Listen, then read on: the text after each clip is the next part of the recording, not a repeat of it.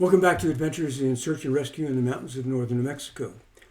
As I teased in the last episode, this one will talk about various hikes that you can take during the day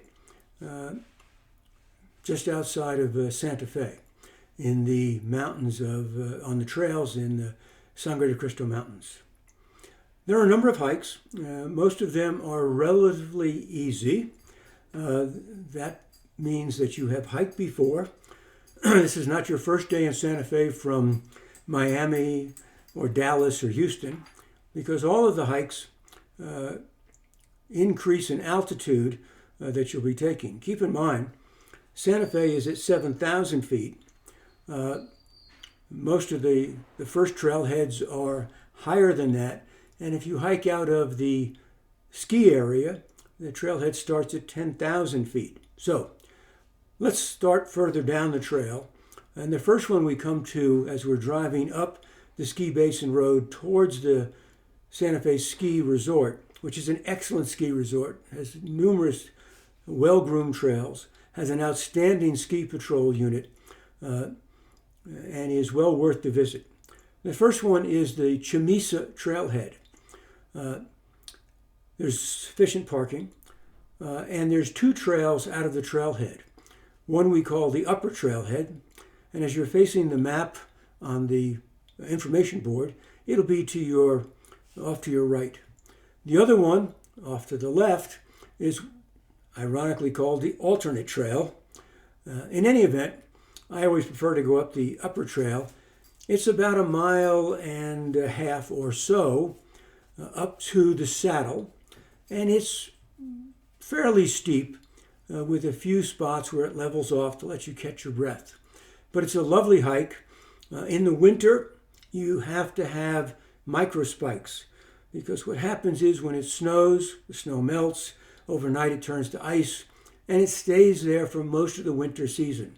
And you cannot, unless you're extremely gifted in balance and have exceptional footwear, which I don't know of, you need micro spikes because the trail becomes extremely icy.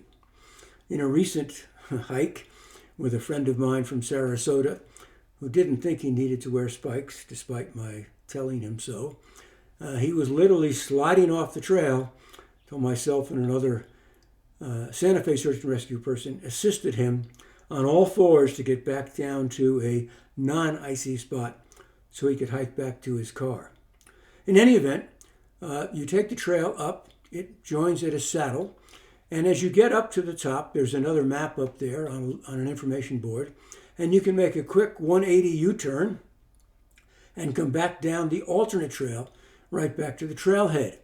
And that's a lovely day hike.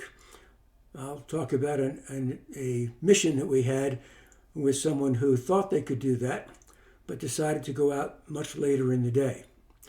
The other point that I want to make on this is you should start these hikes in the morning, early, before the weather changes. Because in the afternoon, if you start at 2 or 3, in the winter the sun goes down and it gets really dark out there in the mountain, as with that mission I'll talk about sometime later.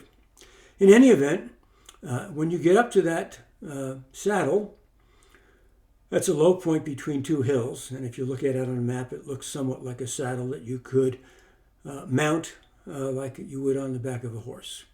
There are 2 or 3 other trails that you can take from that point, which we'll discuss at another time, but they do require a little bit higher level of physical conditioning.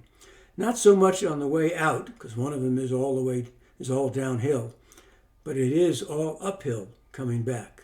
Until next time and the next hike, which will be the Borrego Bear Waller, see you next time.